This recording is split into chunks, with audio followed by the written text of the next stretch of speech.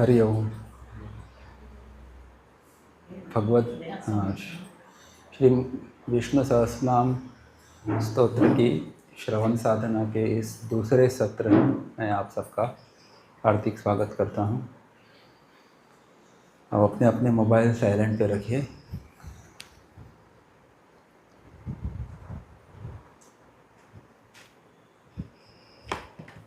आइए शांति पाठ से आरंभ करते हैं।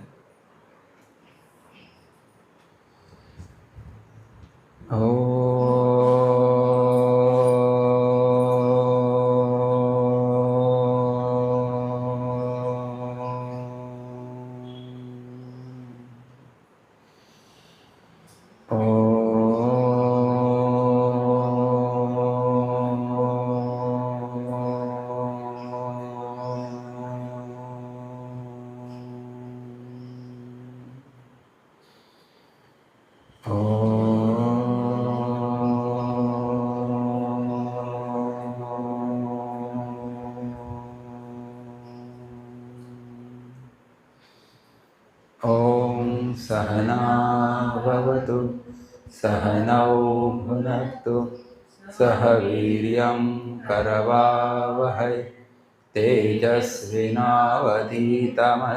मा विद्विषावहै।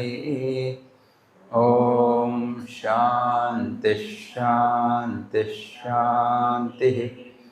समस्त जन कल्याणे निरतं करुणामयं नमामि चिन्मयं देवं सद्गुरुं ब्रह्मविद्वरं सद्गुरुं ब्रह्मविद्वरं वसुदेवसुतं देवं कंसचाणूरमर्दनं देवकी परमानन्दं कृष्णं वन्दे जगद्गुरुं कृष्णं वन्दे जगद्गुरुं।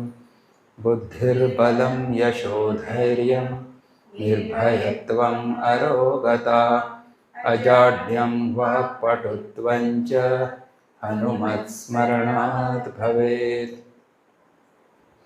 व्यासाय विष्णुरूपाय व्यासरूपाय विष्णवे नमो वै ब्रह्मनिधये वासिष्ठाय नमो नमः। आइए हम एक भजन से आरंभ करते हैं।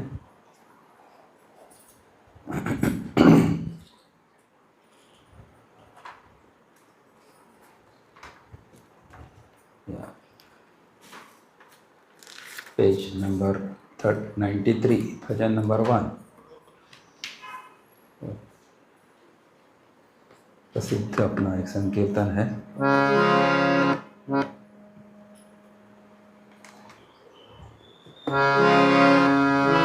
ओम नमो नारायण ओम नमो नारायण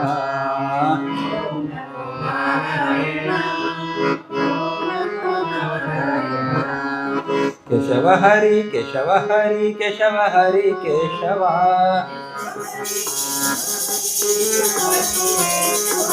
ओम नमो नारायण ओम नमो नारायण।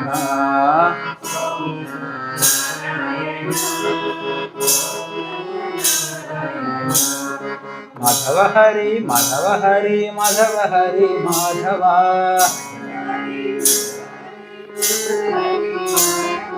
ओम नमो नारायण ओम नमो नारायण।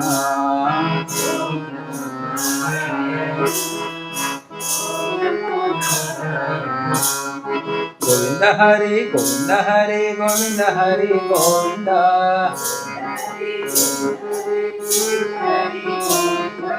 ओम नमो नारायण ओम नमो नारायण।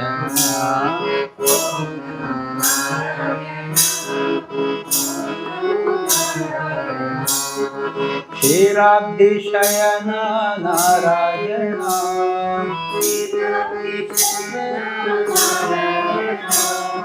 श्रीलक्ष्मी रमण नारायण।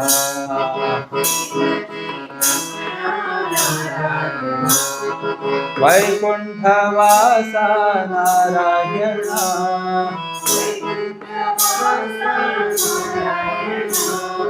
वैदेही रमण नारायण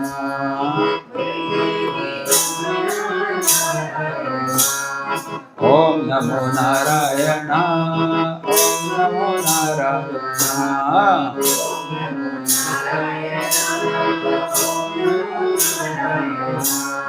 ओम नमो नारायण ओम नमो नारायण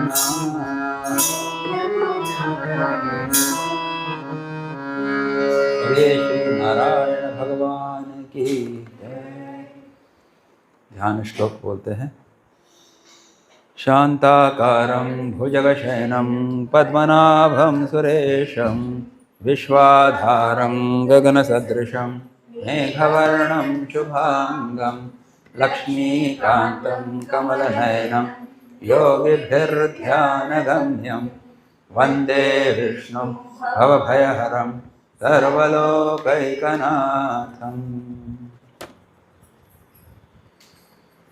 तो पिछले महीने में हमने इस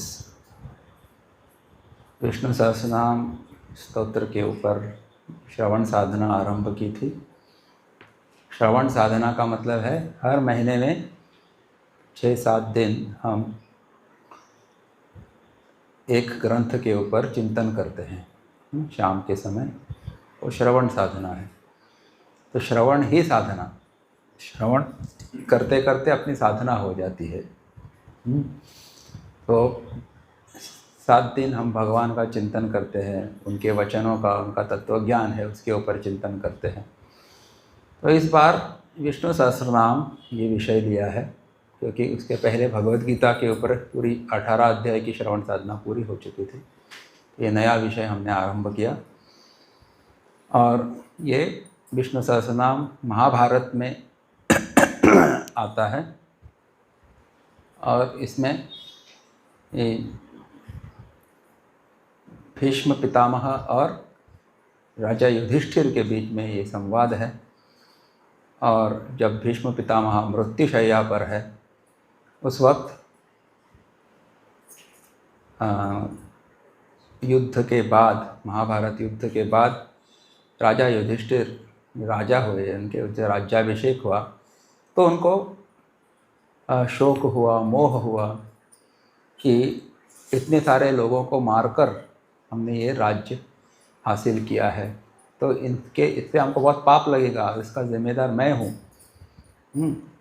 तो इस प्रकार मैं राज्य नहीं करना चाहता, इस प्रकार थोड़ा उदासीन हो गए थे, दुखी हो गए थे।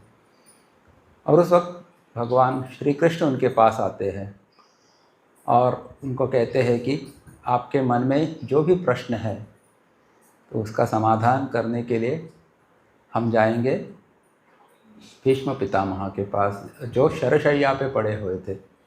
ओके, तो वहाँ पे वो सब लोग जाते हैं और फिर उन दोनों के बीच में संवाद होता है, धर्म के ऊपर चर्चा होती है। अलग अलग धर्म क्या है, राजा का धर्म क्या होता है, वर्णाश्रम धर्म क्या है, स्त्री धर्म, पुरुष धर्म, अलग अलग चर्चाएं होती है। और बाद में वो कहते हैं सबसे श्रेष्ठ धर्म, परम धर्म क्या है, वो धर्म सर्वधर्माणाम परमः।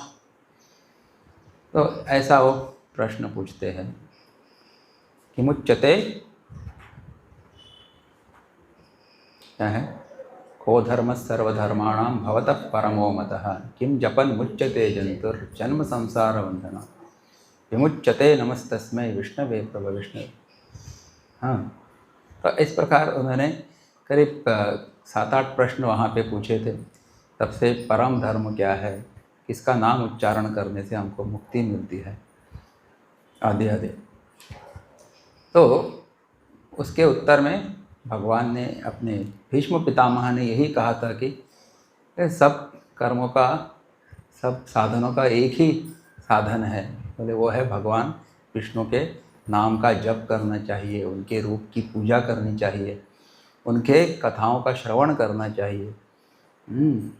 अगर कहीं यात्रा करनी है तो उन्हीं के धाम में जाके तीर्थ यात्रा करनी चाहिए। इस प्रकार इसका भाव था।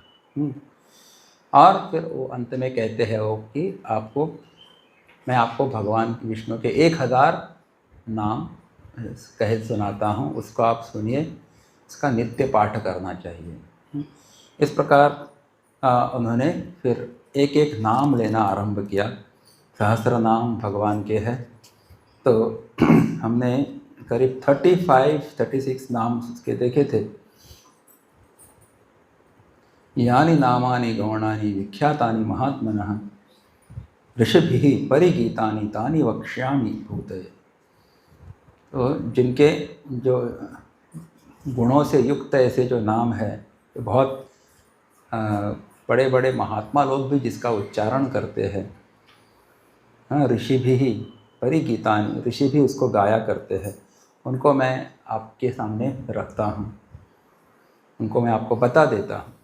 और फिर उन्होंने आरंभ किया ओम विश्वम विष्णुर्वषट्कारो भूत भव्य भवत प्रभु आदि से लेकर फिर 1000 नाम उन्होंने बताए थे। तो पिछले सत्र में हमने अराउंड 35 नाम देखे थे उनके। हाँ, तो 4 श्लोक यानी या स्वयंभू, उसके पहले का जो है ना 17वां श्लोक, सर्व शर्व शिवस्थाणुर्भूताधिर्निधिरव्ययः संभवो भावनो भर्ता प्रभव प्रभुरीश्वरः। तो यहाँ तक हमने देखा था। ओके, नाउ कंटिन्यूइंग, अब आगे आगे एक 18वां श्लोक हम पढ़ते हैं। जिनके पास ये छोटी किताब है वो खोलिए, स्वयंभू ये जो है ना वहाँ से पढ़ते हैं। Please repeat after me. स्वयंभू शंभुरादित्यः पुष्कराक्षो महास्वनः अनादिनिधनो धाता विधाता धातुरुत्तमः। टुगेदर, स्वयंभू शंभुरादित्यः पुष्कराक्षो महास्वनः अनादिनिधनो धाता विधाता धातुरुत्तमः। तो हम लोग विष्णु सहस्रनाम पढ़ते हैं तो एक सांस में पूरी लाइन पढ़ते हैं। अच्छा, लेकिन भगवद गीता का तरीका अलग है। धर्म क्षेत्रे कुरुक्षेत्रे समवेतायुत्सवः मामकाः पांडवाश्चैव किमकुर्वत संजय। तो 4 पाद जो है, क्वार्टर से जो है उसको भाग करके अलग अलग करके हम बोलते हैं। यहाँ पे 2 पादों का एक पंक्ति हो जाती है, एक लाइन हो जाती है। स्वयंभू शंभुरादित्यः पुष्कराक्षो महास्वनः इन 1 line. Okay, 2 quarters in 1 line, in 1 breath. That is how Vishnu Sahasranam has to be chanted. in Chinmay mission ऐसा हम करते हैं। कुछ लोग अलग करते हैं, लेकिन ऐसे करना चाहिए, ये मेरा मत है। इति अहम मन्ये। या हमारे स्वामी ब्रह्मानंद जी के ऑडियो में इसी प्रकार से है, 1 लाइन पूरी। अच्छा, तो 1 standard style we should follow. अच्छा, यस। अभी देखो, मैं बहुत सारे भाष्य लेके बैठा हूँ। तो अलग अलग महात्माओं ने इस शब्द के ऊपर क्या क्या चिंतन किया है, मैं आपको बताऊंगा। तो यहाँ पे पहला शब्द क्या है? स्वयंभू। स्वयंभू। फिर दूसरा है शंभु, फिर आदित्यः, पुष्कराक्षः, महास्वनः, फिर अनादिनिधनः, धाता, विधाता, धातुरुत्तमः। तो ऐसे 1 2 3 4 5 6 7 8 9 नाम आए हैं इसमें। हाँ, एक इसमें 9 नाम यहाँ पे आए हैं इस श्लोक में। तो स्वयंभू, ये शब्द आप लोगों ने सुना होगा ना, स्वयंभू। मी पुढे आहे नाही, बॅच परिस्थलम तर खालीवर ना। स्वयंभू, स्वयंभू म्हणलं कितें? हां, आपले आपण उद्भव झाला। ओके, कहीं हम मंदिर में देखते हैं ना, ये स्वयंभू शिवलिंग है। हाँ, किसी मानव ने उसकी स्थापना नहीं की है। लेकिन अपने आप था वो पहले से, कब हुआ पता नहीं, लेकिन it came on its own, ऐसा कहते हैं। मानव निर्मित होता है तो उसकी प्रतिष्ठापना होती है, मूर्ति प्रतिष्ठापना उत्सव होता है, कलश स्थापना, मूर्ति प्रतिष्ठापना। लेकिन कुछ मंदिर हम लोग देखते हैं, भारत में बहुत सारे मंदिर है, तो बोलते हैं स्वयंभू मंदिर है। प्रयागराज में भी एक शिव जी है, स्वयंभू है। तो जो on its own it has come. अभी ज़रा सोचिए कि क्या कोई चीज़ अपने आप उत्पन्न हो सकती है क्या? लॉजिकली अगर विचार करेंगे कि कोई चीज़ उत्पन्न होनी तो क्या होना चाहिए? कुछ कारण होना चाहिए ना। कि हम और आप उत्पन्न हुए हैं तो हमारे कारण है हमारे माता पिता, वो उनका भी उनके माता पिता कारण है। तो somebody is there, she should be there for the cause, for the effect to come। हाँ, कोई कॉज होना चाहिए, उससे कार्य उत्पन्न हो जाता है। तो ऐसे कैसे हो गया कि अपने आप ही उत्पन्न हुए?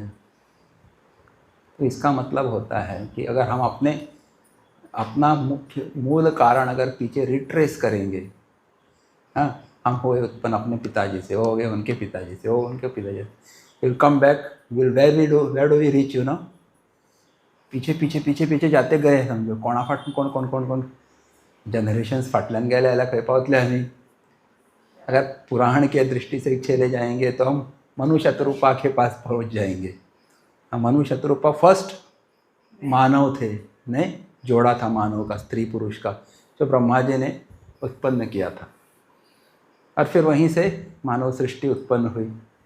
हाँ, उनके फिर बेटियां हुई वगैरह, पुत्र हुए। वंशावली है बहुत बड़ी भागवत में, उसी में कहीं ना कहीं हमारा भी कोई गोत्र है, कोई ऋषि है, इससे हम भी उत्पन्न हुए हैं। अच्छा, तो मनु शत्रुपा का कारण कौन है? बोले ब्रह्मा जी, जो 4 मुख वाले ब्रह्मा है। वे ब्रह्मा जी, उनको किसने उत्पन्न किया? हम कहें चलो नारायण के नाभि कमल से उत्पन्न हुए, ऐसा कहते हैं। अच्छा, अभी नारायण को किसने उत्पन्न किया? पटलन होता, उनको किसी ने उत्पन्न नहीं किया, वो स्वयं भवति, वन हु इज देयर, हाँ, स्वयं एव भवति इति स्वयंभव, स्वयंभू। तो जो स्वयं ही होते हैं, इसीलिए स्वयंभू ऐसा उनको कहा जाता है। था तो अगर कोई मंदिर या कोई शिवलिंग स्वयंभू ऐसा कहते हैं, इसका मतलब उनका कारण कौन होगा? सब भगवान ही उनका कारण है। ठीक है, ये सबसे आदि कारण कौन है किसी चीज़ का? पूरी सृष्टि का आदि कारण भगवान है, तो उनसे ही सृष्टि उत्पन्न हुई है। तो शिवलिंग भी भगवान ने स्वयं उत्पन्न वहाँ पे किया है। That way we can understand. अच्छा, कि मनुजी ने कहा है कि वही स्वयं प्रकट हुआ, एव स्वयं बुद्भवौ, स्वयं उद्भवौ, ये मनुस्मृति में आया हुआ है। तो भगवान स्वयं उत्पन्न हुए, ऐसा वो कहते हैं। अथवा सबके ऊपर है या स्वयं होते हैं, इसलिए स्वयंभू है। सर्वेषाम उपरि भवति स्वयं भवति इति वा स्वयंभू। तो दूसरा अर्थ क्या है कि जो सबके ऊपर है, आता मी काय फाटल्यान फाटल्यान फाटल्यान आयले, सगळ्यान वयर कोण आशिल्लो? भगवान विष्णु सबके ऊपर थे। द क्रिएशन, सबके क्रिएटर कौन है? इवन ब्रह्मा जी के भी जो क्रिएटर है, करता है, रचयिता है, वो है भगवान विष्णु। तो वो सबके ऊपर होते हैं क्रिएशन में, और उन्हीं से पूरी सृष्टि आरंभ होती है। वो कौन है? वो स्वयंभू, ऐसा एक अर्थ यहाँ पे दिया है। सबके ऊपर या स्वयं होते हैं, जो खुद होते हैं, यानी उनको कोई करता नहीं है, वो he is there is no cause of him, but he is the cause of everything else. ऐसे जो है वो स्वयं भवति, स्वयंभू। येषाम् उपरि भवति यश्चोपरि भवति तत् उभयात्मना स्वयं एव भवति इति वा परिभूय स्वयंभू। ईशावास्योपनिषत् इति मंत्रवर्णात् अथवा स्वयंभू परमेश्वरः स्वयमेव स्वतंत्रो भवति न परतंत्रः परांशिखानि व्यतृणत् स्वयंभूः इति मंत्रवर्णात्। तो ये आदि शंकराचार्य जी अपने भाष्य में देते हैं इसका उत्तर कि वो कहते हैं कि जिनके ऊपर होते हैं या जो ऊपर होते हैं इन दोनों रूपों से स्वयं ही प्रकट होते हैं, इसलिए स्वयंभू है। तो वही सबके ऊपर है। और मंत्रों में उसका वर्णन आया है ईशावास्य में, वो कहते हैं सब और होने वाला, स्वयं होने वाला अथवा स्वयंभू परमात्मा, जो सब और है, ऑल परवेडिंग, या जो खुद होने वाला है, यानी जिसका कोई कारण नहीं है, ही is the cause of himself, और वही परमात्मा है। स्वयं एव स्वतंत्रो भवति न परतंत्रः। हम और आप परतंत्र है, हमारा और आपका कोई ना कोई कारण है। ये कोई मोबाइल वगैरह बनता है, किताब, ये हारमोनियम, इसका कोई कारण है, somebody is manufacturing it, but who has manufactured God? He is independent of any manufacturing entity. Means he has created his own self. ऐसे हो, ये स्वयंभू अपने आप होते हैं, इसीलिए वो स्वयंभू है। समझ में आया आपको?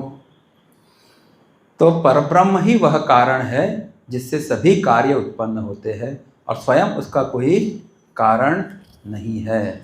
यह कारण रहित कारण, परम कारण, जिसके संदर्भ में प्रत्येक वस्तु को कार्य माना जाता है, स्वयं में मूल कारण है। तर त्याका काय कारण ना, तो विनाकारण असं विनाकारण, मराठीत विनाकारणाचा अर्थ वेगळा जाता, विनाकारण आहे ना मरो, तो विनाकारण में बिना किसी कारण के वो है, एग्जिस्ट करता है, और वही सबके सभी कार्यों का, इफेक्ट्स का मूल कारण वास्तव में वो वही परमात्मा है। इसको यहाँ पे विष्णु कहा गया है। तो उनके संदर्भ में बाकी सब कार्य ही है, but he is the main effect. तो स्वयं में मूल कारण है। अच्छा, स्वयंभू स्वनिर्मित शब्द से यह विचार इंगित किया जाता है, तो स्वनिर्मित है, नॉट परनिर्मित। अच्छा, और क्या कहा इसके बाद? स्वयंभू,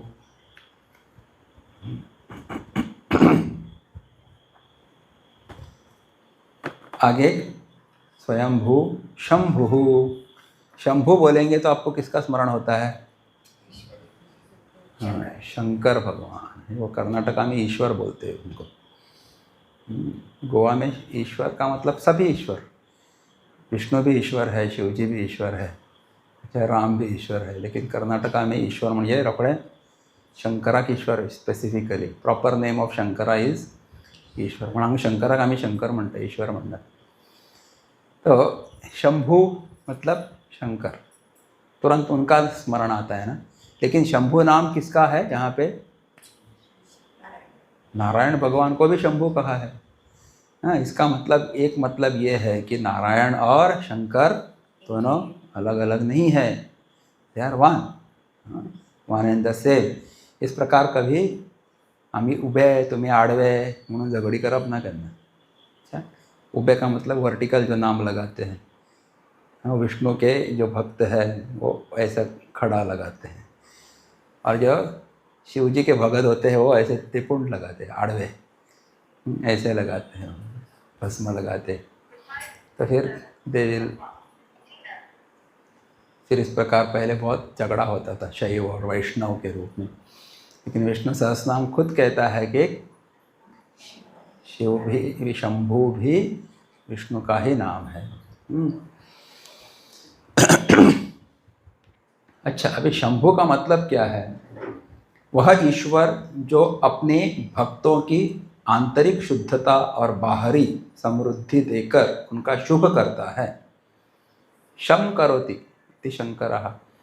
तो शंभु, तो शम सुखम भक्तानां भावयति इति शंभु। शम म्हणजे कितें? सुख। आपल्या भक्ताचे जो सुख करता तो कोण? शंभू। अच्छा, तो हम अपने भक्तों का हमेशा सुख ही देखता है, इच्छित करता है, सुख की कामना करता है और सुख ही उनके जीवन में लाता है, वो शंभु होता है। शम का मतलब कल्याण है, शम का मतलब सुख है, मंगल है। वो जो करता है अपने भक्तों के लिए तो उनका नाम है शंभु। इसीलिए भगवान शंकर के मंदिर में जाने के बाद हम लोग क्या बोलते हैं? शंभो शिव शंकर, ऐसा बोलते हैं, क्योंकि वो सबके अपने भक्तों का कल्याण करने वाले देवता है। तो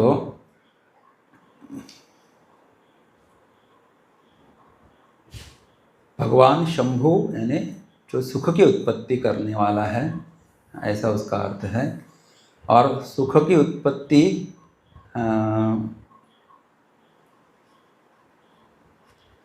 का मतलब कौन सा सुख है? जो सुख किसी कार्य कारण से उत्पन्न होता है वो सुख कैसा है? नाशवान है।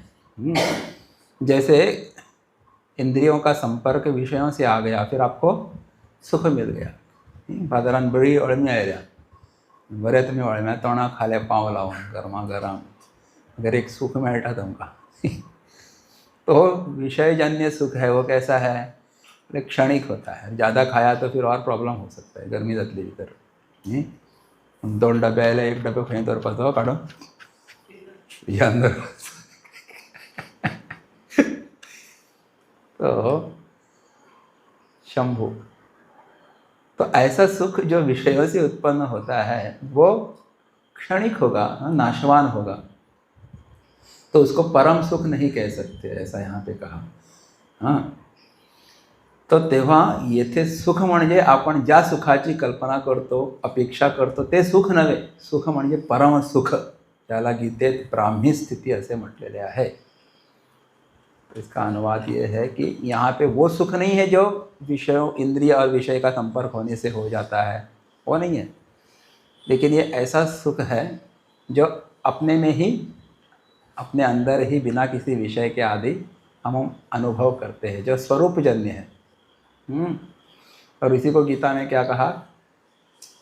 2nd चैप्टर लास्ट श्लोक है ना, एषा ब्राह्मी स्थिति पार्थ नैनां प्राप्य विमुह्यति। तो ये ऐसा सुख है जिसको प्राप्त होने के बाद कोई मोहित नहीं होता, ऐसा बोलते हैं। बाकी सुख प्राप्त होने के बाद मोह हो सकता है, नहीं, अभिमान हो सकता है, देखो मैं कितना श्रेष्ठ हूँ, मैं कितना लकी हूँ, मेरे पास गाड़ी है, बंगला है, मकान है, नौकर है, चाकर है। तेरे पास क्या है? मेरे पास फोगोटे है, सुरसुरे है, नारायण है, पाउस है, नहीं, तेरे पास क्या है? माचिस है। सगळं असा माचिस ना लगे फायदा। तो किसी ने मेरे पास माचिस है। कौन है तुमका? उनको समझ में आया, उनको समझ में आया। यह पश्यति स पश्यति, थोड़ा विनोद है, चलो। तो स्वयं भू शंभु, अच्छा, तो ऐसा सुख जो आत्मा से ही उत्पन्न है, आत्मस्वरूप है, वो सुख कभी नष्ट नहीं होता। तो ऐसा सुख जो हमको देते हैं, परम सुख, तो ऐसा जो हमको देते हैं वो कौन है? बोले वो शंभु है। शम सुखम भक्तानां भावयति इति शंभु, ऐसा भगवान आदि शंकराचार्य यहाँ पे बताते हैं। भक्तों के लिए सुख की भावना अर्थात उत्पत्ति करते हैं, इसलिए शंभु है। यहाँ और एक अर्थ, हाँ यस, ये तो हमने बता दिया। तीसरा आगे का श्लोक नाम है आदित्य।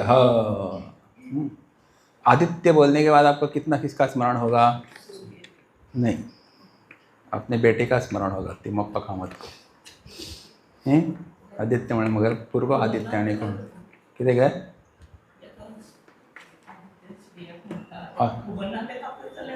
हय बरोबर, पूण ताणें आपले पयलीं आधी सूर्याचेंच नांव घातलें, ते हुशार आसा। ओगी सेक्रेटरी जावना ते आमचे हांगा कळ्ळें मगे, सेक्रेटरी ते आदित्य म्हणल्यार सूर्य म्हणलें, मगेर पोर म्हणून ना, हुशार थे। हाँ, सो आदित्य का मतलब है सूर्य जी, तुरंत हमारे मन में जो विचार आता है सूर्य है, आदित्य। अभी यहाँ पे क्या कहा है, सत पुरुष जो सूर्य मंडल में स्वर्णिम आभा से दमकता है उसे आदित्य कहा जाता है। तो सत तत्व जो है वो उस आकाश में क्या स्वर्णिम आभा, स्वर्णिम मणि के गोल्डन ह्यू जिसको बोलते हैं ना, उससे जो प्रकाशित होता है वही सूर्य है, उसका आदित्य हम कहते हैं। अभी आदित्य कितने हैं, 12 आदित्य है। उनके नाम भी यहाँ पे दिए हैं, अरुण, सूर्य, भानु, तपन, चंद्रमस, मित्र, हिरण्य, वीर्य, रवि, अर्यमा, अगस्ती, दिवाकर, विष्णु।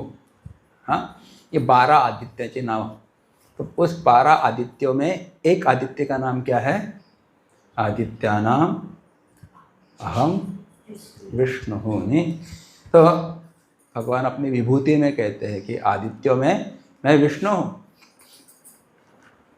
तो ये जो तेज युक्त है, और वही गीता में क्या कहा है, यद्यद विभूति मत्सत्वम श्रीमधुर जीवजितमेव वा तत्तदेवावगच्छत्वम मम तेजोंश संभवम।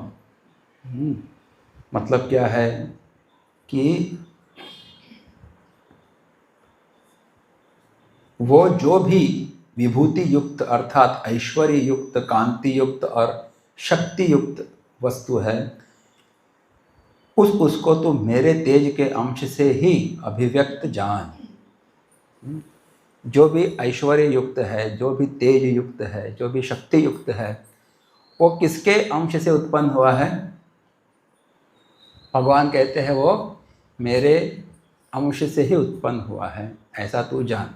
ऐसा अर्जुन से कहते हैं। कौन से अध्याय में, 10th चैप्टर। ओके, विभूति योग में। Thank you. तो लुमिनरीज जितने भी हम देखते हैं, लुमिनरीज इससे प्रकाश मिलता है। जैसे सूर्य है, जैसे चंद्रमा है, जैसे तारे हैं, जैसे ये दिया जो लगाया है इधर, ये सब क्या है, कहाँ से उत्पन्न हुए हैं।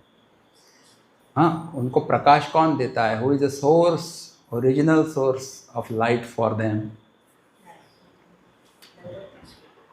तो वो उनके देने वाला ब्रह्म ही है। हाँ, यहाँ पे संदर्भ से भगवान विष्णु ही उनको प्रकाश देते रहते। ठीक है, तो मम तेज अंश संभवम ऐसा कहा है ना, मेरे तेज के एक अंश से वो सूर्य भी क्या करता है, आपको लाइट देने को समर्थ हो जाता है, प्रकाश देने में समर्थ हो जाता है। तो इसीलिए हम वो मंत्र बोलते हैं ना, न तत्र सूर्यो भाति न चंद्र तारकम नेमा विद्युतो भांति कुतोयम अग्निः तमेव भांतम अनुभाति सर्वम तस्य भाषा सर्वमिदं विभाति। पिछले बार ये लिया था हम। तो वहाँ न सूर्य चमकता है, न चंद्रमा, न तारे, यानी उस आत्म तत्व को न सूर्य प्रकाशित कर सकता है, न चंद्रमा, न तारे।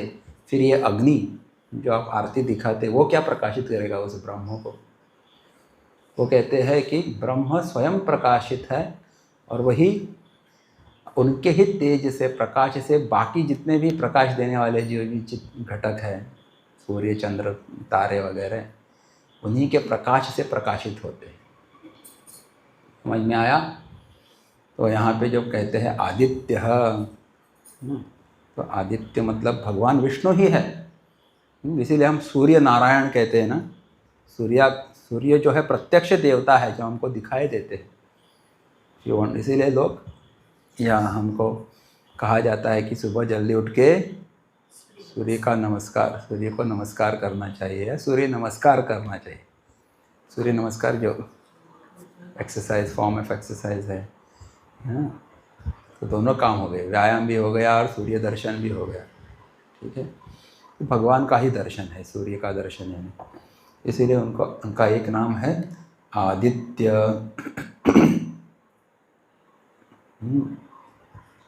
आदित्यानामहं विष्णुः अस्मि। आदित्यानंतर विष्णु एक या 12 आदित्यों में एक विष्णु। आदित्य का नाम है विष्णु, ठीक है। लेकिन वो सभी आदित्य जो है वो कौन है, उनका मूल अंश कौन है, मूल स्रोत अगर कोई भी है वो तो भगवान विष्णु ही है। विष्णु जो परब्रह्म परमात्मा के रूप में है। और आदित्यों के 12 नामों में भी एक आदित्य का विशेष नाम क्या है, एक विष्णु ऐसा भी नाम है। तो both ways you can understand.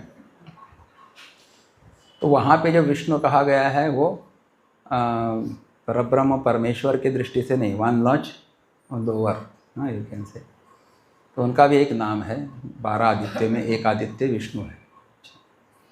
और यहाँ पे विष्णु सहस्रनाम में जो विष्णु है वो कौन है, तो परब्रह्म परमात्मा है। तो that way you can understand.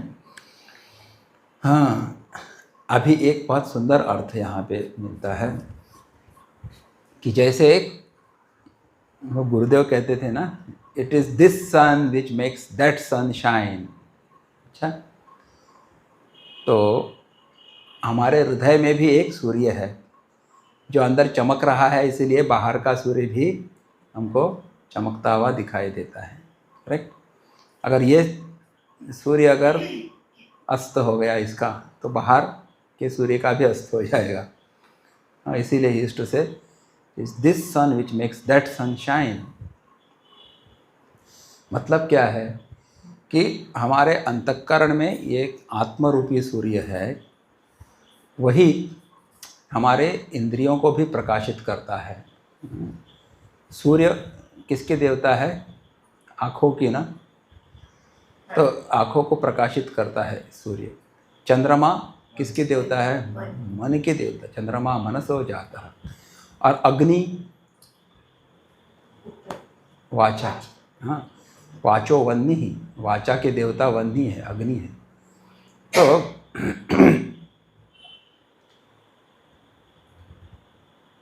तो इन अग्नि को, सूर्य को, और कौन हो गए, चंद्र, यानी मन को भी प्रकाशित अगर कोई तत्व करता है तो वास्तव में वो कौन करता है, बोले आत्म तत्व ही इन सबको प्रकाशित करता है। ओके। और बाहर जो सूर्य चंद्र तारे वगैरह जो है उनको भी प्रकाशित कौन करता है, वो भी आत्मा ही है। उसको हम चलो कहे थे परमात्मा कहेंगे, but it is one and the same principle which remains the inner constituents, our sense organs, our mind, organs of action, and outside it is all these luminaries. It only governs them, illumines them और gives them power to shine. तो इसीलिए उनको आदित्य कहा गया है। हाँ, अभी यहाँ पे कहा आदित्य शब्द का संस्कृत में अर्थ है जो सूर्य जैसा है भी हो सकता है। एक और अर्थ है जो सूर्य जैसा है, ऐसा यहाँ पे कहा है। सूर्य सबको प्रकाशित करता है और हर जीवित प्राणी अपना आहार पोषण प्रत्यक्ष या अप्रत्यक्ष रूप से सूर्य से ही प्राप्त करता है। करेक्ट, डायरेक्टली इनडायरेक्टली सूर्य से हम लोग आहार ले रहे हैं। इसी प्रकार ब्रह्मांड में जीवित प्राणियों के सभी अनुभवों को प्रकाशित करने वाला एक सूर्य है।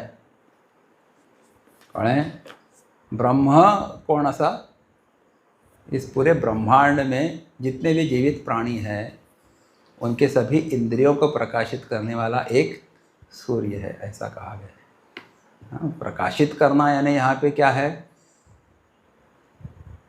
लाईट मारून काळखान उजवाड घालता आणि ते उजवाड जाता आणि जे वस्तू दिसतात त्याका भायलो प्रकाश म्हणतात। ये बाहर का प्रकाश है, अंधेरे में रोशनी डालने के बाद जो प्रकाश होता है, वैसे कुछ रोशनी निकलती है क्या अंदर से, नहीं, उसको हम कहेंगे चेतना प्रदान करना।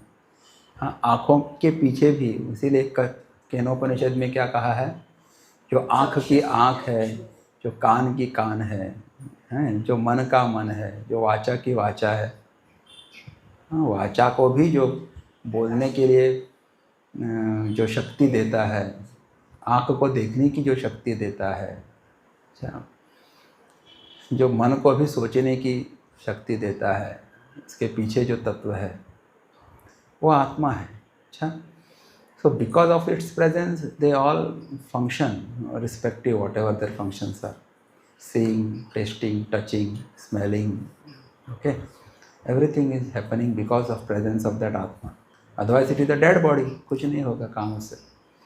तो इसीलिए उसको आदित्य कहा है, जो प्रकाशित करता है। आदित्यानाम अहम विष्णु हूँ। और वही सभी जीवित प्राणियों के अनुभवों को प्रकाशित करने वाला सूर्य, ऐसा कहा। नेक्स्ट, पुष्कराक्ष। पुष्कर म्हणजे कौन? तो वहाँ पे है पणजी में ब्रह्मचारी पुष्कर चैतन्य, उसको नाम दिया है पुष्कर। तो उसका पुष्कर का मतलब जिनको हमेशा पुश करना पड़ता है, उसका नाम पुष्कर है बोलते हैं। ये चल रहे, करो काम थोड़ा सा, ये एक्टिविटी करो, ये थोड़ा always have to push him, he is called Pushkar, ऐसी मेरी व्याख्या है। कोई संस्कृत से कोई संबंध नहीं है, ठीक है, ओके। सो पुष्कर अक्ष, पुष्कर म्हणजे कमळ आणि अक्ष म्हणजे डोळे।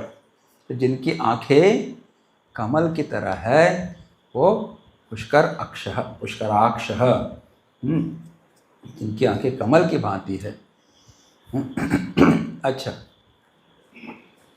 अभी यहाँ पे कहा है कि एक व्यक्ति के हृदय में आनंद और शांति की बाहरी अभिव्यक्ति विश्व में किसी अन्य प्रकार से इतनी स्पष्ट नहीं होती जितनी कि आँखों से होती है। यानी हमारी आँखों से ही सबसे अधिक हम शांति की और आनंद की अनुभूति ले सकते हैं। बोले कैसे? कि आँखों से हम दृश्य देखते हैं ना, तो सुहाना दृश्य हो गया तो देखा तो हमको बहुत आनंद मिलता है। तो कहीं पे कोई तालाब है और उसमें बहुत सारे कमल खिले हुए हैं और हवा बह रही है और वो झूल रहे हैं, वो दृश्य कैसा होता है? आँखों को सुख देने वाला होता है।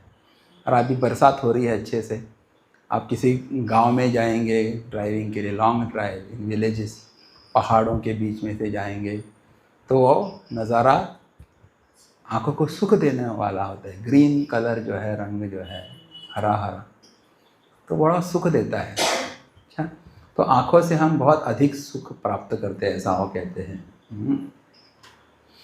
तो वैसे ही अनुभूति भगवान को न भक्तों को भगवान के नेत्रों से व्यक्त शांति और आनंद के दर्शन करके होती है। तो एक भक्त को अगर कोई शांति मिल सकती है तो बोले भगवान के नेत्रों को देखकर। तो भगवान के नेत्र कैसे है? बोले कमल की तरह है। तो कमल की उपमा क्यों दी है भगवान के नेत्रों को?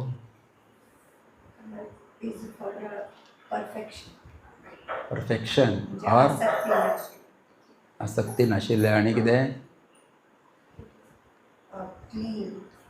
क्लीन रहता है। तो कमल उगता कहाँ पे है? बोले कीचड़ में उगता है, कीचड़। लेकिन कभी कीचड़ से युक्त नहीं होता, उससे अलिप्त होता है। पद्म पत्र विवाम भसा, ऐसा कहा है ना। जैसे पद्म के पत्र के ऊपर भी कभी पानी ठहरता नहीं है अगर वो ओरिजिनल कमल है तो। अच्छा, वो आजकल लीली को भी लोग कमल बोलते हो, लीली के ऊपर बहुत पानी गिरता है, रहता है, ठहरता है। असे आळू असं नाही, आजकाल खातात, मी भरपूर आळू खाता मग, जैसे मिळो ना भाजी अजूनही आळवा भाजी। हाँ, तो आड़ू के ऊपर अगर आप पानी डालेंगे तुरंत गिर जाता है, रुकता नहीं है। ऐसे कमल पत्र भी है। और मेन क्या है कि वो हमेशा उस कीचड़ से ऊपर रहता है, उससे अलिप्त रहता है और उस कीचड़ को भी सौंदर्य प्रदान करता है। अच्छा, तो भगवान है या संत लोग जो है वो भी इस समाज में रहते हैं, समाज के लोगों के साथ व्यवहार करते हैं, जहाँ पे बहुत राग द्वेष वगैरह नाम की गंदगी है, कीचड़ भरा हुआ है हमारे मन में, लेकिन कभी उनके उस कीचड़ से कभी को युक्त नहीं होते, हमेशा ऊपर रहते हैं उसके। और इस समाज को भी सौंदर्य प्रदान करते हैं। जिस गांव में कोई संत होता है उस गांव में, हाँ, उस गांव की भी महिमा बढ़ जाती है। जैसे गोंदवले जाएंगे, वैसे तो बड़ा रूखा सूखा गांव है, लेकिन वहाँ गोंदवलेकर महाराज ने वास्तव्य किया तो बड़े संत हुए। जैसे आळंदी में जाएंगे, कोई विशेष वहाँ पे नहीं है, लेकिन ज्ञानेश्वर महाराज की समाधि है, इसीलिए उसको भी एक तीर्थ क्षेत्र का पद प्राप्त हुआ। ऐसे बहुत सारे उदाहरण हैं। तो संत भी उस समाज को की गरिमा को बढ़ाते हैं, उस स्थान की महिमा को बढ़ाते हैं, उनका प्रेजेंस। तो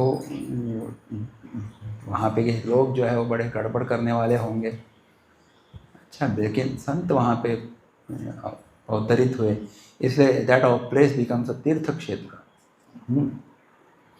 तो जैसे पवन, अच्छा,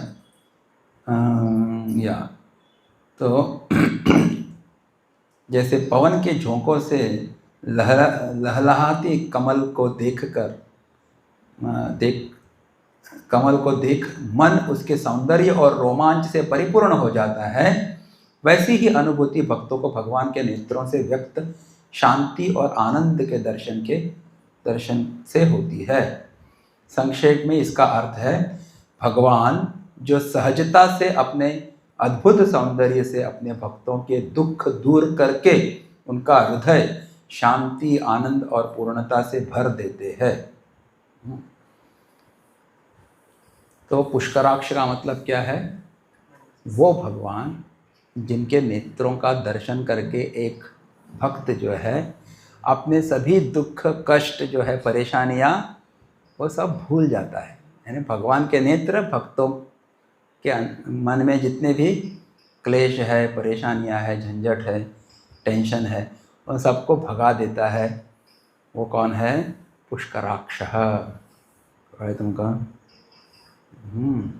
तो कभी भी आपको परेशानी हो, कोई टेंशन आ जाता है, तो किसके फोटो के सामने खड़े रहो?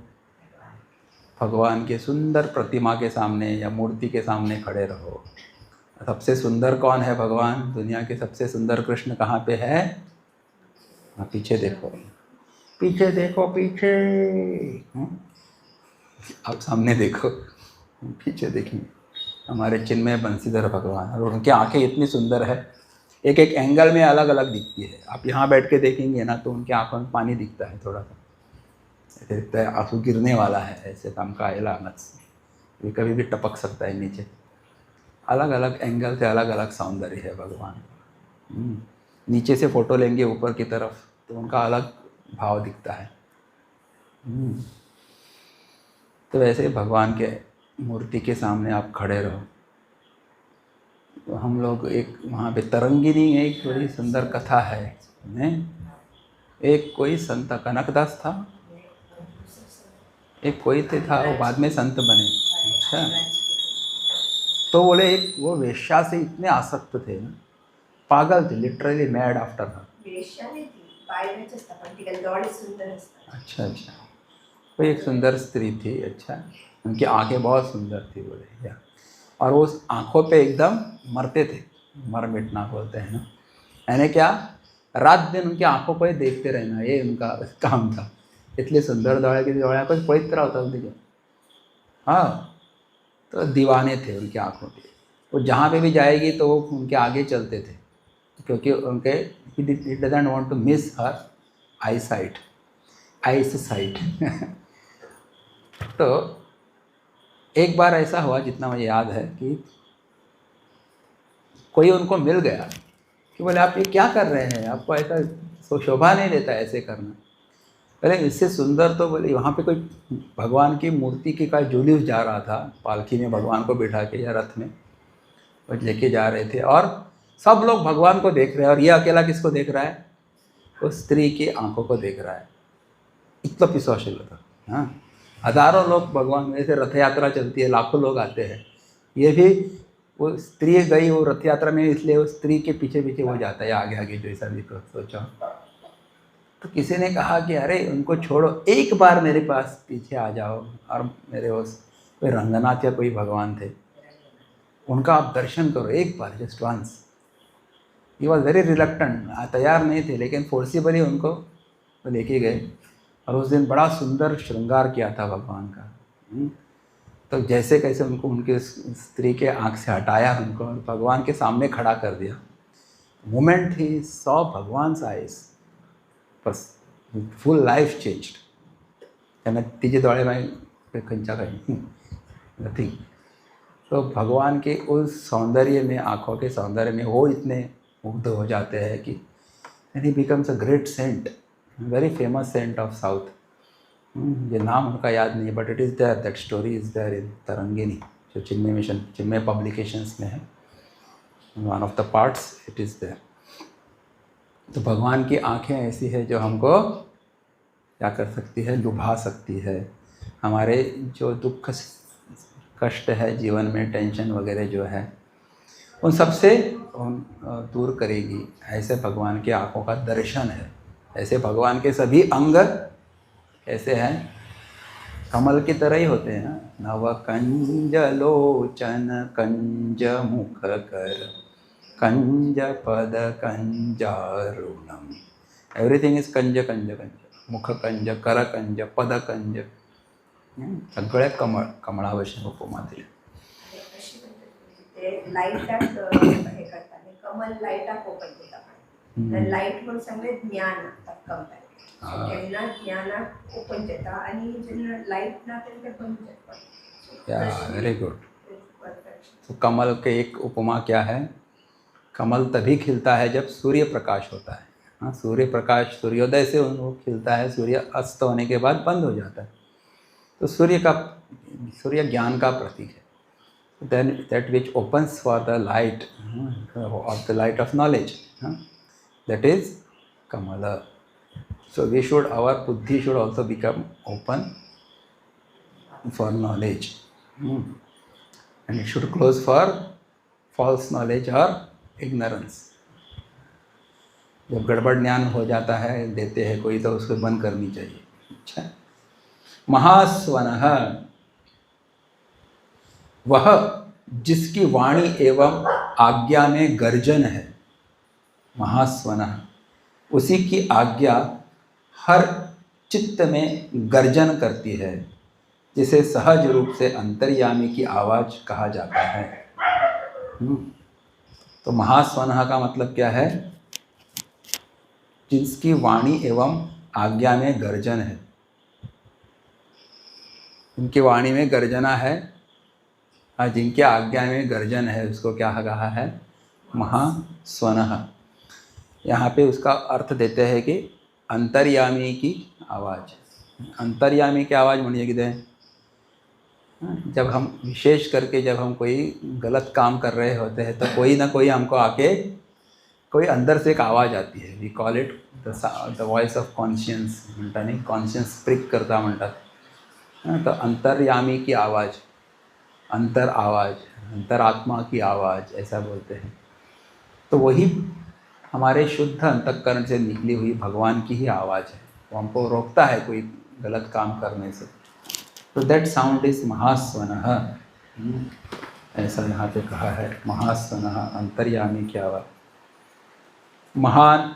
महास्वनः म्हणजे महान स्वर, ये इसका और एक अर्थ है, महान स्वर। महान स्वर म्हणजे ऋग्वेद, यजुर्वेद, सामवेद, अथर्ववेद, इतिहास, पुराण, विद्या, उपनिषद इत्यादि इत्यादि, ये सब भगवान के ही निश्वास है, ऐसा कहा है। भगवान जब सांस लेते हैं और छोड़ते हैं ना, तो उसमें से ये शास्त्र उत्पन्न होते हैं, उपनिषद या वेद उत्पन्न होते हैं।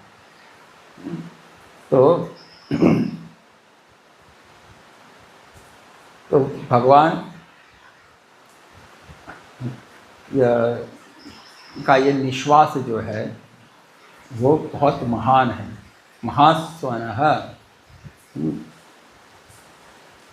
तो भगवान का स्वर जो है, तो कैसे है, महान है। सृष्टीच्या उत्पत्तीच्या क्षणी त्यांनी केलेल्या ओंकारापैकी अचा उच्चार अजून पूर्ण झालेला नाही.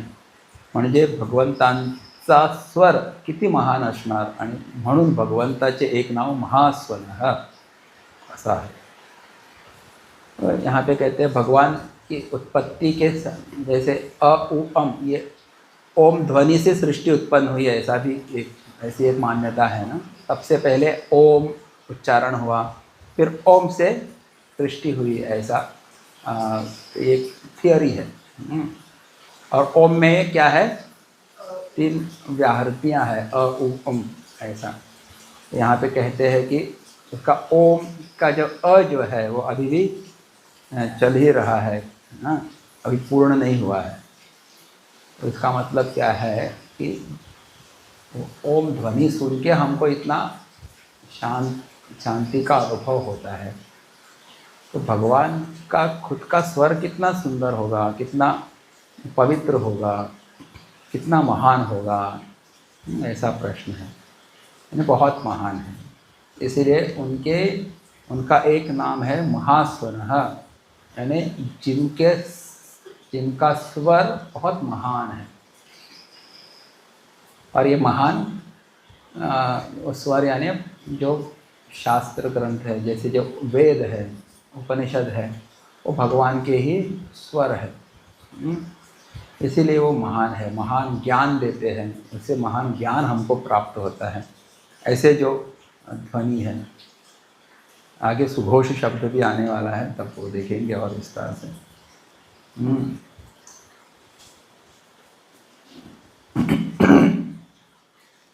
वह जिसकी श्वास ही वेद है.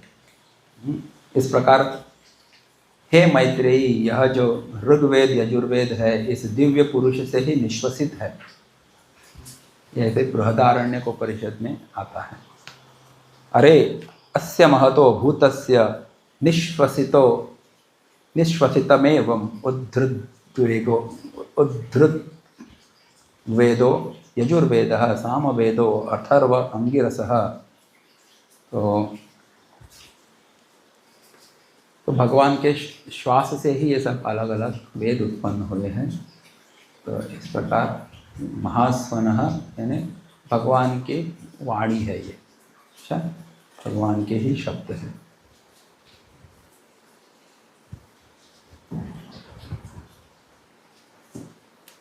ओके, महास्वनः. तो एक अर्थ बताया, जिनकी वाणी एवं आज्ञा में गर्जन है, जो अंतर्यामी की आवाज़ है, उसको महास्वन कहा है. दूसरा, महास्वन ने वेद रूप जो ध्वनि है वो भी महास्वन है, स्वन है, जो भगवान के सांस से ही उत्पन्न हुई है, उत्पन्न होती है, वेद रूप ध्वनि. तो महास्वनः. अच्छा, अभी अनादि निधनः मतलब क्या है? अनादि मैंने देखा आदि न, यानी निधन म्हणजे मृत्यु न. तो जिनका आदि भी नहीं है और जिसका अंत भी नहीं है, वो कौन है? अनादि निधनः. One without beginning, one without the end. अच्छा, माया और ब्रह्म में क्या अंतर है?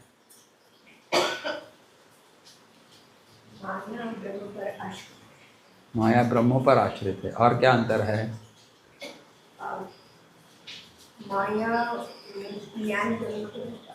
ज्ञान के बाद माया नष्ट हो जाती है. और हाँ, लेकिन इस संदर्भ में क्या लेंगे? यहाँ भगवान को अनादि भी कहा है और अनंत भी कहा है, हाँ, जिनका जन्म नहीं है और मरण भी नहीं है. हाँ, दैट इज व्हाट. तो माया अनादि है, अनिर्वाच्य अनादि अविद्या रूपम, ऐसा कहा है. लेकिन ज्ञान होने के बाद माया नष्ट हो जाती है, माया का अंत है. लेकिन ब्रह्म कैसे है? अनादि भी है और अनंत भी है. ओंकार अनादि अनंत. तो अनादि निधनः, तो वह जिसका न जन्म यानी आदि है, न मृत्यु यानी निधनम है. इस प्रकार जो अविकारी है वह अनादि निधनम है. क्योंकि किसी भी परिवर्तन में पूर्व स्थिति का नाश और नई स्थिति का जन्म निहित है। कोई परिवर्तन अगर होना है या नया क्रिएशन होना है तो पूर्व स्थिति का अंत होना चाहिए और नई स्थिति का जन्म होना चाहिए, तभी क्रिएशन होगा ना। जैसे हमारे आश्रम यहाँ पे बना तो पहला यहाँ पे क्या था, एक घर था, कुछ बगीचा था छोटा सा यहाँ पे, ये पूर्व स्थिति अंत हुई। अच्छा, कुछ पेड़ काटने पड़े, कुछ यहाँ पे खड्डे खोदने पड़े हमको, फिर कोई पिलर्स डाले गए इत्यादि इत्यादि, और एक कंस्ट्रक्शन हुआ। तो पूर्व स्थिति अंत हुई और नई स्थिति या परिस्थिति उत्पन्न हुई, तो क्रिएशन हुआ। तो भगवान ऐसे है क्या कि जिनकी पूर्व स्थिति अंत हो जाती, नई स्थिति उत्पन्न होती है? इज नॉट लाइक दैट कि पहले नहीं थे बाद में आ गए और एक दिन नष्ट भी हो जाएंगे। It is not like that. He is without the beginning, he is without the end. That means he is eternal. बीच में भी वो है। अच्छा, पहले से है और बाद में भी रहेंगे, इसलिए बीच में भी है, मतलब उसको कहते हैं अनंत, अनादि, इटर्नल।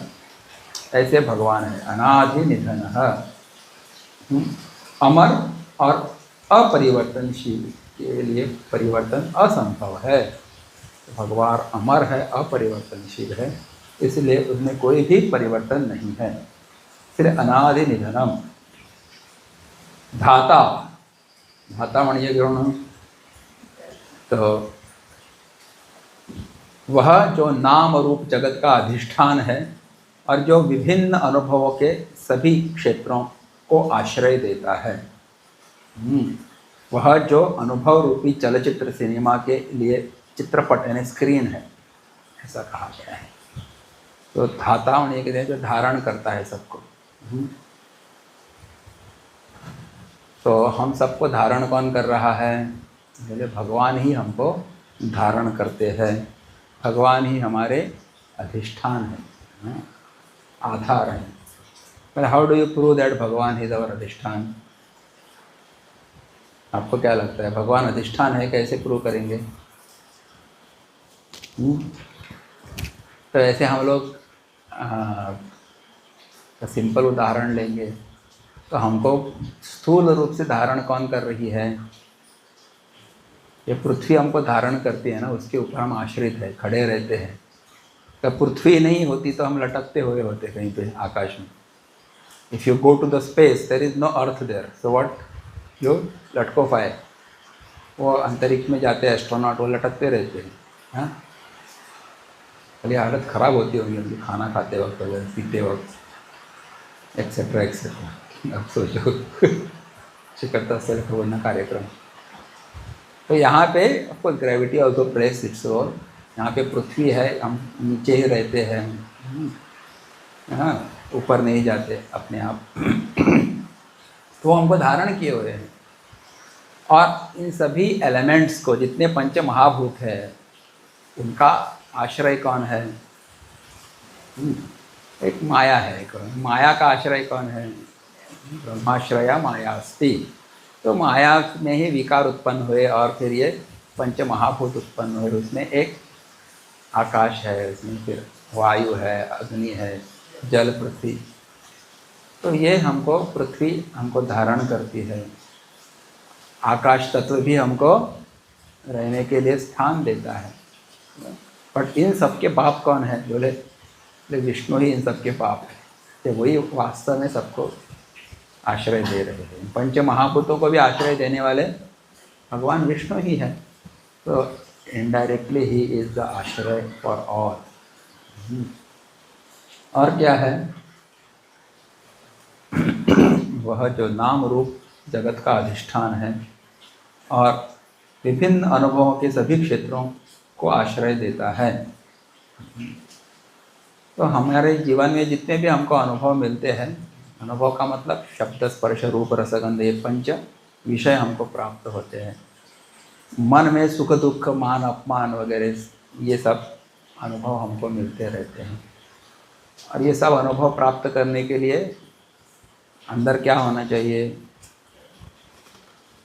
अंदर कौन अस्पग है? आत्मा होना चाहिए, हाँ, चेतन तत्व होना चाहिए। डेड बॉडी के सामने आप कितना भी आइसक्रीम खाओ, कितना भी उसको चटका दे दो, गर्मी दे दो या बर्फ रखो, कुछ फ़ायदा नहीं, कुछ फ़र्क नहीं पड़ता उसको, नहीं।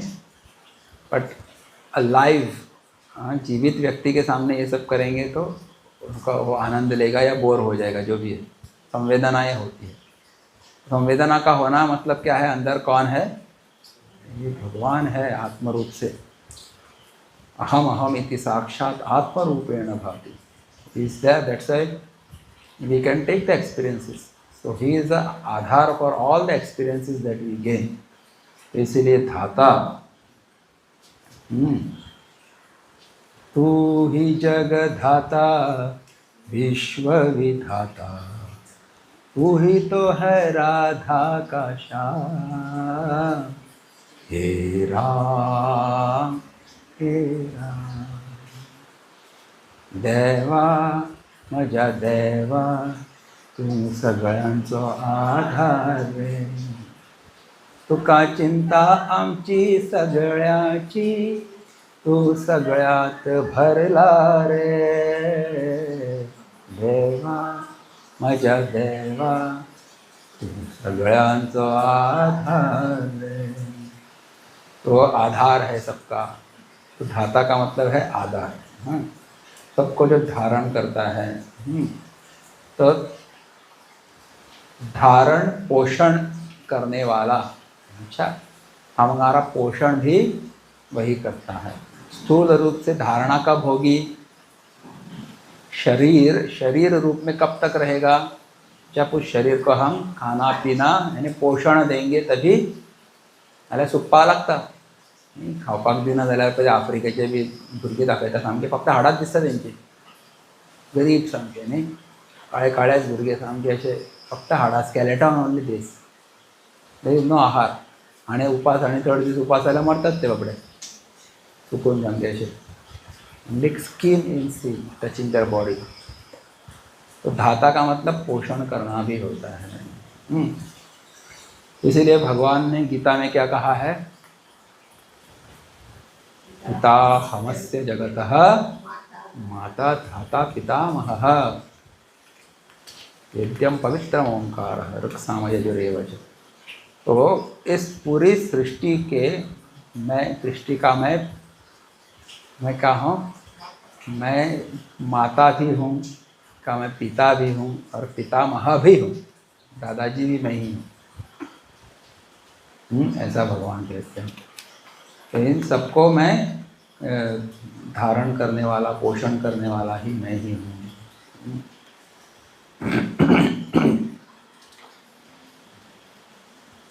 विधाता, भगवान शंकराचार्य जी ने क्या कहा है विधाता के लिए?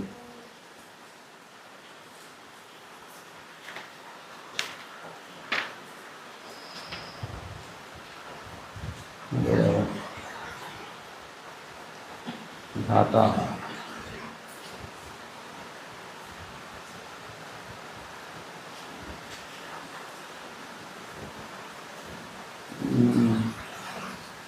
अनादि जन्म निधनम विनाशः तत्स्वयं यस्य न विद्यते स अनादि निधनः।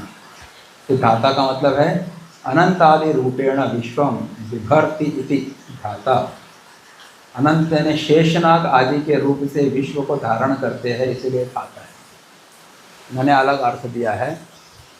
तो हमारे पुराणों में क्या कल्पना है? इस पृथ्वी को कौन धारण करता है? शेषनाग अपने सिर के ऊपर धारण करता है। अच्छा, तो बोले भगवान विष्णु ही शेषनाग बनकर पृथ्वी को अपने सिर पे धारण करते हैं। ऐसा अन्वय, पौराणिक अन्वय यहाँ पे भगवान शंकराचार्य जी देते हैं। अनंत यानी शेषनाग आदि के रूप से विश्व को धारण करते हैं, इसीलिए धाता है। अच्छा, सिंपल तक लिखता अंडा। विधाता, विधाता म्हणजे कौन? जो हमारे कर्मों के फलों को देता है, वो कौन है? विधाता है। तो जितने भी हम लोग कर्म करते हैं उसका अकाउंट कौन रखता है? बोले भगवान रखते हैं, विधाता। और कर्मों के अनुसार हमको फल मिलते रहते हैं। पता नहीं कौन से जन्म के फल किस जन्म में मिले, यू डू नॉट नो। उसका अकाउंट मेरे धाता के दरबार में सब जीवों का खाता। खाता मतलब ये अकाउंट बुक, उसके दरबार में सबका अकाउंट लिखा हुआ है।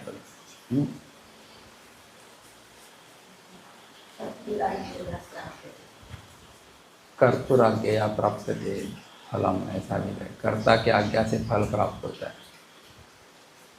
करेक्ट या। तो इसीलिए उनको विधाता ऐसा कहते हैं। हाँ, वेदों के कर्मकांड भाग में ईश्वर का वर्णन फल के दाता के रूप में किया गया है। कर्म फलदाता ईश्वर। ईश्वर ही इस विश्व के वैज्ञानिक सत्यों और प्रवाह का आधार है। तो वह ही है जिसने न केवल प्रकृति के नियमों को निर्धारित किया, अपितु वह ईश्वर ही है जिसके भय से दृश्य प्रपंच कहीं भी किसी भी समय ईश्वर के नियमों की अवहेलना करने का साहस नहीं कर सकता। सूर्य का प्रकाश, आग की ऊष्मा, चीनी की मिठास, पाप में पीड़ा, अच्छाई में आनंद, यह इन सब का धर्म है और कोई भी इन नियमों की अवज्ञा का साहस नहीं कर सकता। नियमों के इस ब्रह्मांड के पीछे जो निश्चित निर्विवाद नियम है वह विधाता है। एक्सप्लेनेशन। तो जितने भी नियम चलते हैं ना, ऊपर से चीज़ गिरती है तो नीचे ही आती है। अग्नि में हाथ डालेंगे तो गर्मी लगती है, पानी शीतल होता है, और शक्कर हमेशा मीठी होती है, वो कड़वी नहीं होगी कभी भी। ये सब नियम भगवान ने बनाए हैं और उस नियम को कोई भी टच नहीं कर सकता, उसमें कोई बदल करने का साहस किसी में नहीं है। तो इन न बदलने वाले नियमों के पीछे जो नियम है वो कौन है? अरे वो विधाता है, वही भगवान है। तो नियमों के इस ब्रह्मांड के पीछे जो निश्चित निर्विवाद नियम है वह विधाता है, ऐसा कहा है। तो he is the rule behind all the rules, अच्छा, which we cannot change, we cannot dare to change. कोई देवता भी अब उन नियमों को बदल नहीं सकते, ऐसे ये नियम है। इसीलिए भगवान का नाम विधाता है। कर्म और उसके फलों की सृष्टि करते हैं, इसलिए विधाता। कर्मणाम तत्फलानांच कर्ता विधाता, या भगवान शंकराचार्य जी कहते हैं। That is a very well known प्रसिद्ध उत्तर यही है, विधाता म्हणजे। हिंदी पिक्चर भी था एक विधाता म्हणून, कोई लिखो बहुत हद तक आमचे विधाता नाम बड़ा फेमस था वो। विधाता भाग्य भी बोलते हैं ना, विधाता के क्या क्या लिखा है हमारे इसमें तकदीर में, फलाफल हम नहीं जानते। तो कर्म फल लाता है ऐसा। कार्यते ह्यवशः कर्म, ऐसा गीता में भी कहा है।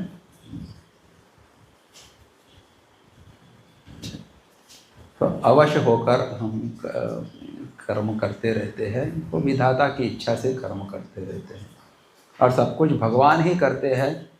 वही कर्म फलदाता है, कर्माध्यक्ष है।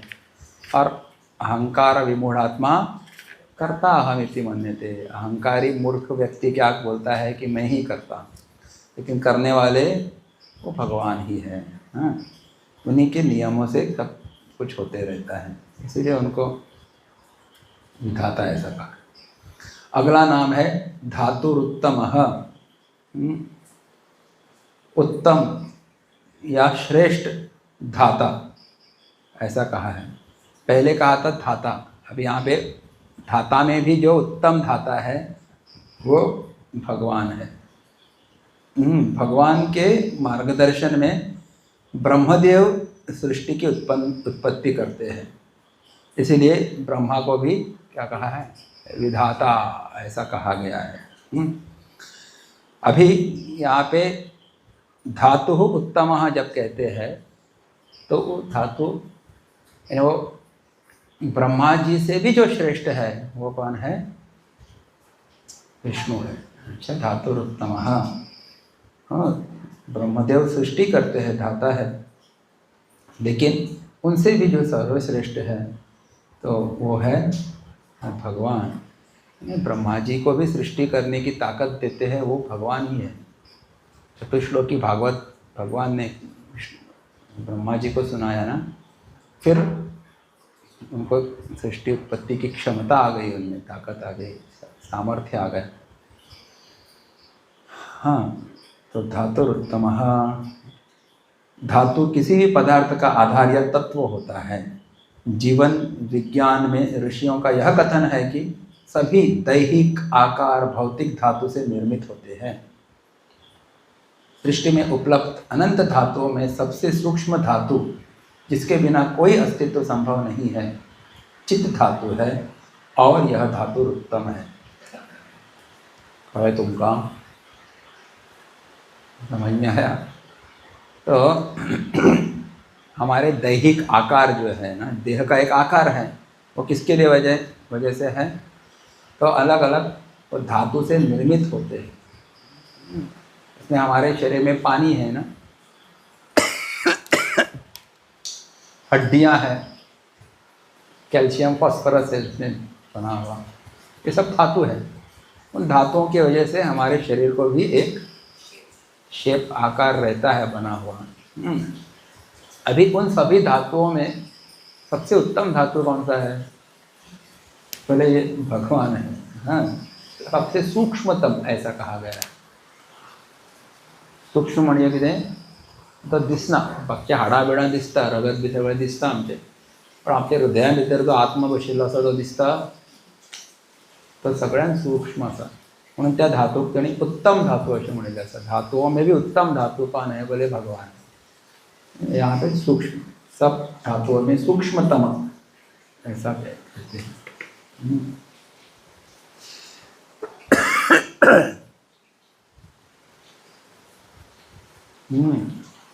जिनके बिना कोई अस्तित्व संभव ही नहीं है, चित्त धातु है, यह धातु उत्तम है। तो धातु चित्त धातु म्हणजे सचित, चित्त म्हणजे कितें? नॉलेज प्रिंसिपल, ज्ञान स्वरूप इसको बोलते हैं। तो आत्मा के ही अस्तित्व से वास्तव में पूरा शरीर चलता रहता है उसका। तो सबसे सूक्ष्म धातु वही है, ऐसा यहाँ पे कहा। अभी आज इतने काफ़ी है, टाइम हो गया अपना। धातुरुत्तमः, कितने नाम हो गए? 45 नेम्स है। फिर इसके बाद अप्रमेय आएगा ना। So we will continue tomorrow.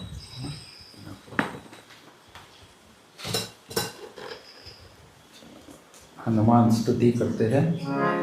वीर मारुति गंभीर मारुति, वीर मारुति अति धीर मारुति,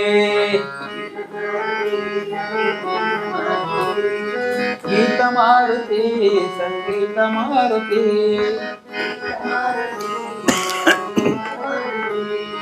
दूत मारुति राम दूत मारुति, भक्त मारुति परम भक्त मारुति,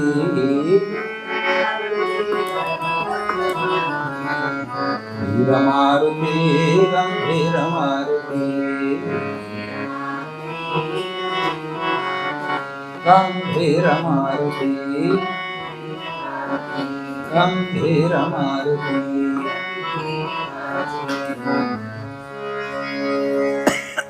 ओम पूर्णमदः पूर्णमिदं पूर्णात् पूर्णमुदच्यते पूर्णस्य पूर्णमादाय पूर्णमेवावशिष्यते। ॐ शान्ति शान्ति शान्तिः हरिः ॐ श्रीगुरुभ्यो नमः हरिः ॐ